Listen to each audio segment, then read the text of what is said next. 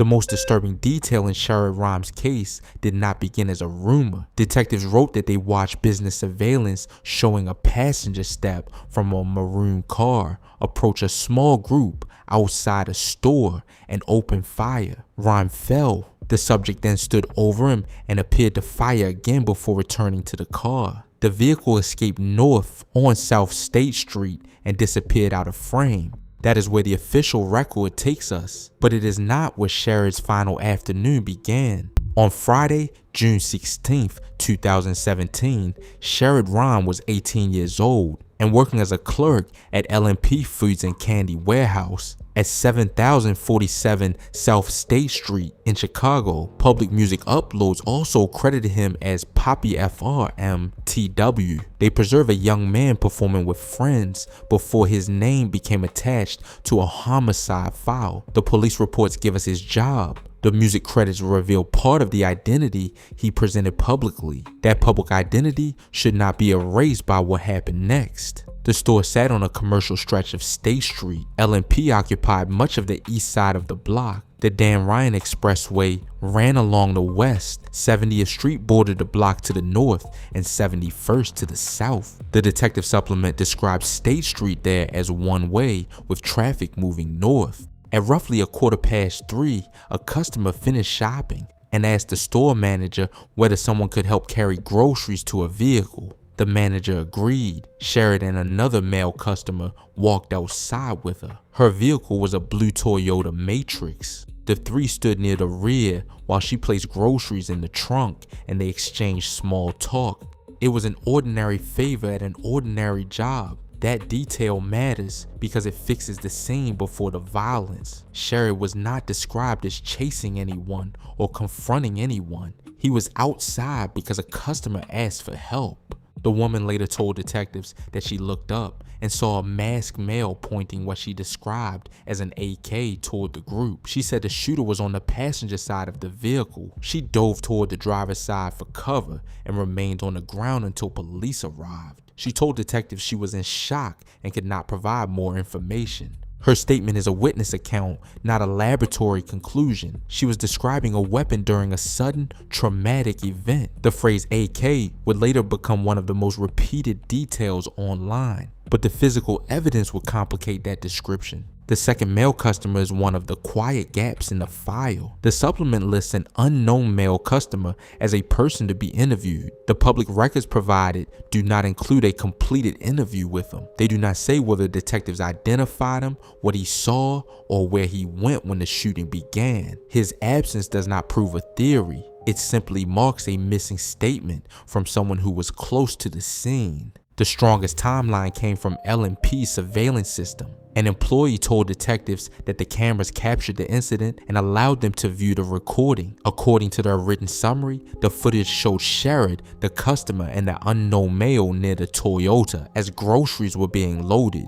A maroon four-door vehicle reversed toward the group. It stopped slightly ahead of them and then reversed again, moving past them. A short time later, a subject exited from the passenger side and approached. The report says the subject apparently began shooting as the people near the vehicle scattered. Sherrod fell. The subject stood over him and appeared to fire again while he was on the ground. The subject then re-entered the maroon vehicle. The car fled northbound on State Street and left the camera's view. The business provided detectives with a DVD copy, which entered the evidence system. The public PDFs confirmed that the video existed and that detectives reviewed it. They do not contain the video itself. The official wording supports one confirmed shooter on camera. The case data lists one offender, and the firearms analysis later linked the recovered cartridge cases to one firearm. That does not rule out a driver. A passenger side subject exited,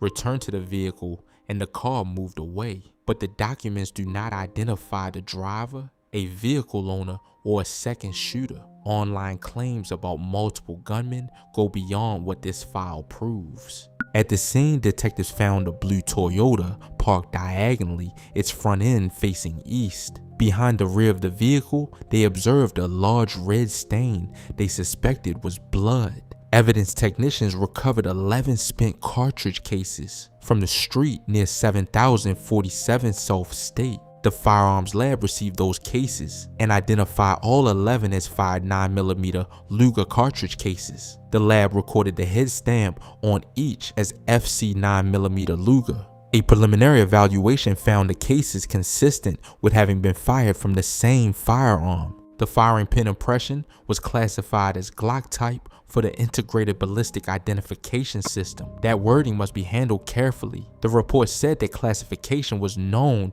at the time to be produced by Glock, the Smith & Wesson Sigma series, and the Springfield Armory XDS-9 series. It also warned investigators not to exclude any other firearm capable of producing the same shape. In other words, the lab did not identify one exact gun. It established 9mm ammunition, a preliminary same firearm finding, and a firing pin classification. Exhibit A2 was entered into the IBIS brass tracks database for comparison with other ballistic evidence. That is the cleanest way to understand the AK dispute. The witness described what the weapon looked like to her. The lab described what the recovered cases showed. The files support 9mm cartridge evidence. They do not establish an AK rifle, a Draco, or any other specific model. Trying to name a weapon beyond the report would turn uncertainty into false precision. The complete case file, original PDFs, additional photographs, diagrams,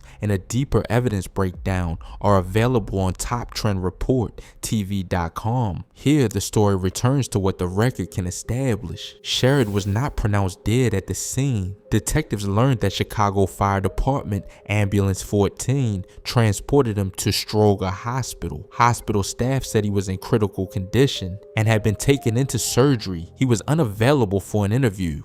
Detectives later returned to the hospital for an update. They spoke with Dr. Williamson. Sherrod had died from his injuries and was pronounced at 6:36 that evening. The original report and detective supplement both give the time as 6:36. A lab cover page gives 6:35, creating a 1-minute discrepancy between record versions. The main investigative account and incident record agree on 6:36. That hospital timeline answers another online argument. He was alive when the ambulance took him from State Street. He reached the hospital, received treatment, and went into surgery before he was pronounced dead later that day. Detectives also looked beyond the store's cameras. They noted cameras at Jet Livery Service at 7001 South State, but an employee said only the owner had access and that the owner was available in the morning. They found cameras at A&G Foods at 6945 South State, but the manager said the footage was not available at that time. Police identified 3 nearby PO'd cameras, one at 7103 South Lafayette, another at 6858 South State, and a third at 6900 South State. Detectives submitted a video retrieval request to learn whether any part of the incident had been captured.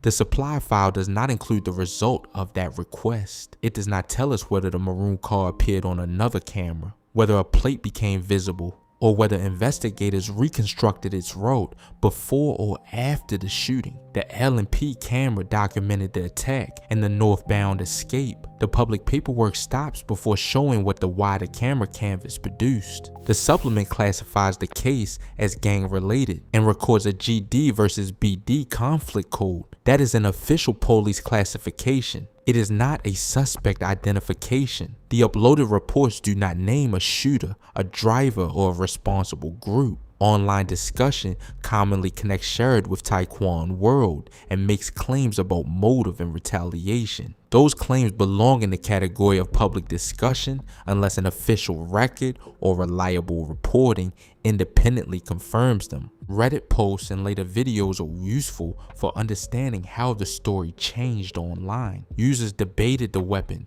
the number of shooters, whether Sherrod was alive when paramedics arrived, and whether the standover detail was real. On 3 points, the documents provide a firmer answer. The lab examined 11 9mm cases, consistent with one firearm. The surveillance summary describes one confirmed shooter standing over Sherrod, and the hospital record shows he was transported alive. On the questions people most want answered, who was in the maroon car, who fired, and why Sherrod was targeted, the public file does not provide a name. The city of Chicago's public crime data for Sherrod's case still marked the arrest field as false when this documentary was prepared. That field cannot tell us everything detectives may know, and it is not a substitute for a current investigative briefing. It does mean that the public record reviewed here does not show an arrest connected to the case. What remains is a narrow documented sequence. A customer asked for help. An 18-year-old clerk stepped outside. A maroon car moved into position. A passenger-side subject approached the group and fired. Investigators recovered 11 9mm cases. Detectives received a copy of the surveillance video as evidence. They searched for more video. Sherrod reached the hospital alive and died at 6:36 that evening. The case is remembered online through arguments, nicknames, music, and rumor. The official record is less dramatic and more difficult. It contains evidence but no public suspect. It contains surveillance but not the released footage. It contains a camera request but not the result. It identifies an unknown male customer but not his statement. It follows the maroon car only until it disappears from view. Sherrod was a young worker who stepped outside to help someone. He was also publicly credited on music recorded with friends. The file should not reduce him to a target.